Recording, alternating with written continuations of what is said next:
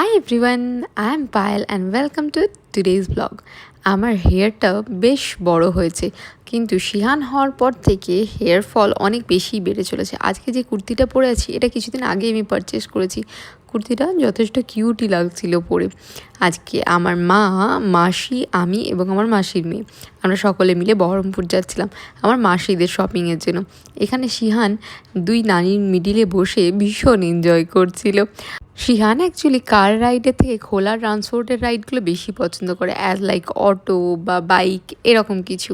তারপর ফার্স্টে আমি গেছিলাম একটা মোবাইলের দোকানে, বিকজ আমার প্রোটেক্টরটা ভেঙে গেছিলো, আমার একটা নতুন কভার নেওয়ার ছিল এবং তার সঙ্গে আমি আর একটা চার্জারের জামাও নিয়েছি মানে একটা চার্জারের কভারও নিয়েছি।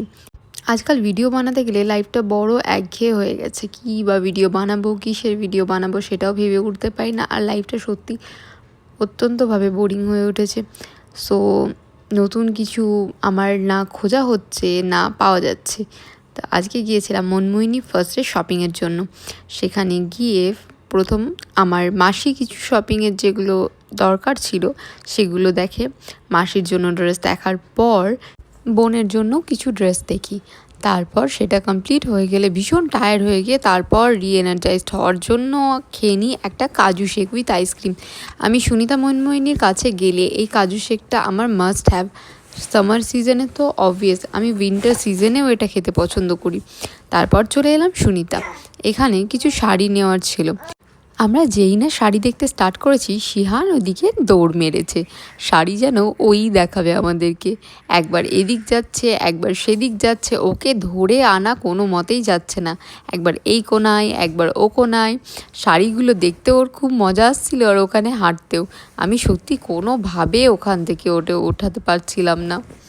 কিন্তু ওরাও খুব হাম্বেল, খুব ভালো ছিল, যে স্টাফগুলো ওকে কোনোভাবে বকছিলও না বা ওঠাতেও বলছিল না। ইভেন আমি ওঠাতে গেলে ওরা বলছিল যে থাক।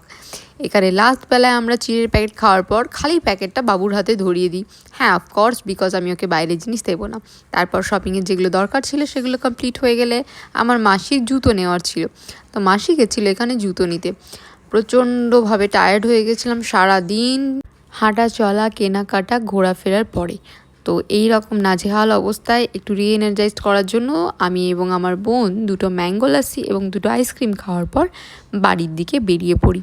সন্ধে প্রায় নেমেই গিয়েছিল, তো সেই অবস্থাতে সেরকম কিছু না পেয়ে আমরা একটা অটোতে করে বাড়ি এসেছিলাম, বিকজ আজকে আমরা কোনো গাড়ি নিয়ে যাইনি।